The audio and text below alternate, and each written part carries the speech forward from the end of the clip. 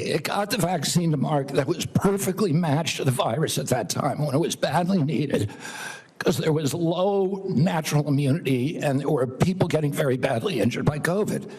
And then, but it was also brought in therapeutics like hydroxychloroquine and ivermectin and protocols for treatments. And there were no mandates. And then okay, I have another question, so please, about 15 that's when I began litigating against President Biden's mandates. Now, I'm sorry, let me go on because in terms you've of covered me the mandates canceling before. those contracts. I have limited time, Mr. Secretary, I'm sorry. You've called for, and rightly so, that we should restrict participation in agencies for those with conflict of interest.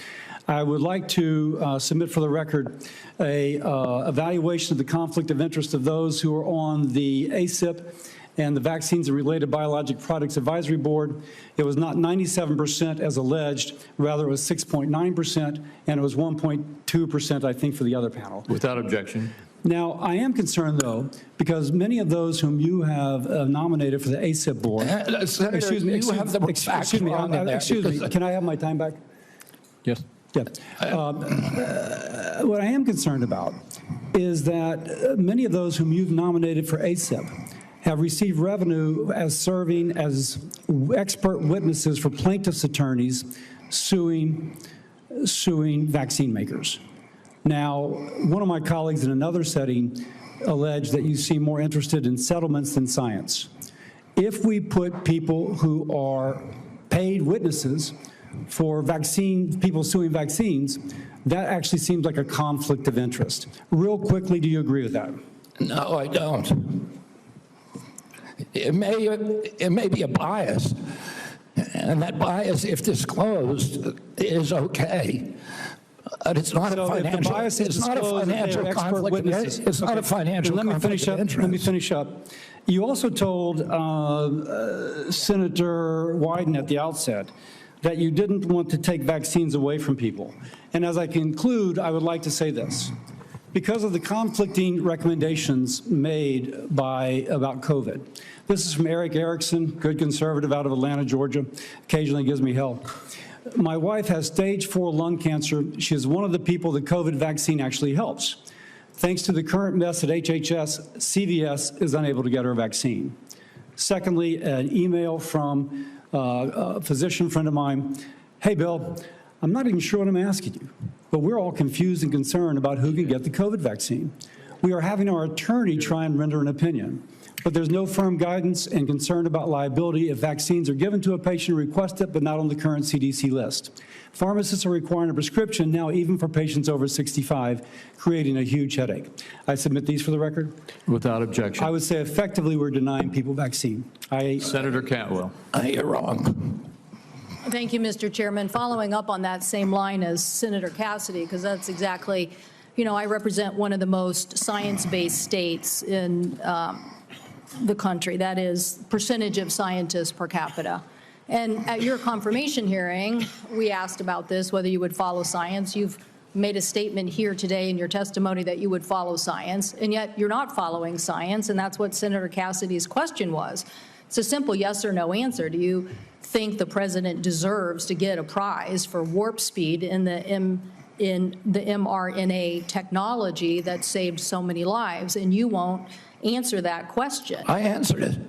No, you're saying that there are problems with what was interpreted. You could say yes. Do you say yes? I said the yes. president also deserves a Nobel Prize, but our mRNA vaccines that we're working on, the ones that we canceled, which are for upper respiratory infections alone, you canceled $500 million of research because the mRNA technology is about continuing the research to be ready for the next flu, influenza, the next pandemic, and you have to do the research. I'm happy to have a detailed discussion with you about it. You're so wrong on your facts. You're interrupting me, and sir, you're a charlatan. That's what you are. You're the ones who conflate chronic disease with the need for vaccines. The history on vaccines is very clear. This is the 20th century. That's how many people had vaccines and had illnesses. This is the 21st century. This is the decrease, 99% down to 100%. This is what was delivered with vaccines, and you don't want to support that. You don't want to support that evidence. So yes, the governors of the West, Washington, Oregon, and California, will take up the efficacy of science. Yes, the University of Washington will deliver the science that America will depend on, because you don't want to depend on it. And his own Surgeon General of the Trump administration said over 2 million lives were saved because of the mRNA technology, and you don't want to continue that.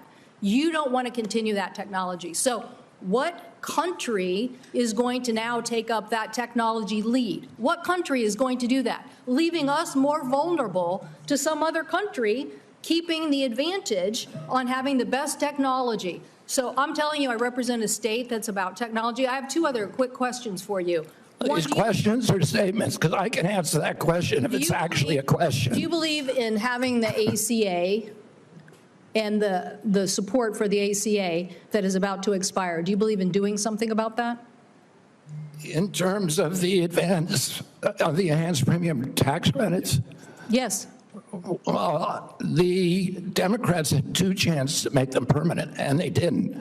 And they didn't We're for the a ones reason. we're the ones who delivered it. So I'm just They asking didn't yes for a or no, reason. do you want to do something about this? Yes or I no? want to fix the system, and that's what we're doing, fixing systematically to make premiums lower. That's what President Trump wants to do. Do you think the women on the steps of the Capitol were a hoax yesterday? I don't know about any women on the steps of the Capitol. The women who were yesterday. talking about Epstein, do you think they were a hoax yesterday? Do I think they were Do you think they were perpetrating a hoax yesterday? perpetuating a hoax? Yeah. I have no idea what they were saying. This is the first time hearing about it. You're hearing about the women on the Capitol steps saying that they believe that the Epstein information should be made public? That's the first you're hearing about it? What I'm saying is you are perpetrating hoaxes. You, as this Secretary of Health, so you're undermining the whole healthcare delivery system, and you keep trying to point to chronic disease, but you're not putting solutions on the table to cover more Americans, and you're taking away the science and technology that has made us the leader that has saved, according to the first Trump administration Surgeon General, millions of lives, and you don't want to keep that going. So no, I don't support your continued efforts as Secretary, and I definitely think that our colleagues need to rally around science. If you want the Northwest to continue to lead on all innovation and all healthy people, okay, we'll do that. But it's a sad statement for the rest of America and America's leadership on technology. Thank you, Mr. Chairman. Thank you. Senator Warner. Mr. Secretary, I agree with a lot of my colleagues' statement. I actually had hoped, I didn't support you. I thought taking on chronic illnesses was going to be important. I've got two kids, as we discussed when we met, that have chronic illnesses. I'm not sure that the focus on red dye and seed oils are going to fully solve that problem. Of course they won't. I would say this, that seems where your emphasis is. I want to go back to just, again, some basic facts. Do you accept the fact that 1 million Americans died from COVID? I don't know how many died. You're the Secretary of Health and Human Services. You don't have any idea how many Americans died from COVID? I don't think anybody knows that because there was so much data chaos coming out of the CDC, and there were so many perverse incentives, and these are modeled You don't know the studies. answer of how many Americans died from COVID. This is the Secretary of Health and Human Services. Do you think the vaccine did anything to prevent additional deaths? Again, I would like to see the data and talk about the data. You have had this job for 8 months, and you don't know the data about whether the vaccine saved and that's lives? the problem, is that they didn't have the data. The data by the Biden administration, absolutely dismal. It was data chaos. Who is politicizing? You're saying the Biden administration politicized all the data? Go back to what Senator Cantwell just They said. fired Dr. Go to Krauss. the Trump Surgeon General. They fired Dr. Krauss. They fired all the people who questioned the orthodoxy. They fired Dr. Gruber, Dr. Krauss, So, Martin Mr. Chairman, the Gilmore. Secretary of Health and Human Services doesn't know how many Americans died from COVID. Doesn't know if the vaccine helped prevent any deaths. And you are sitting as Secretary of Health and Human Services? How can you be that ignorant? Like, You know, I remember when we went through the hearing with you, I asked you about community health centers. You didn't know what role they play. I've been visiting community. I'm glad you got to one, I think in April. I tell you what I hear on community health centers, they are terrified, with all due respect to my good friend, the chairman, of the big awful bill, because they are going to lose health care across the board. They already live in food deserts. They can't get to a nutritionist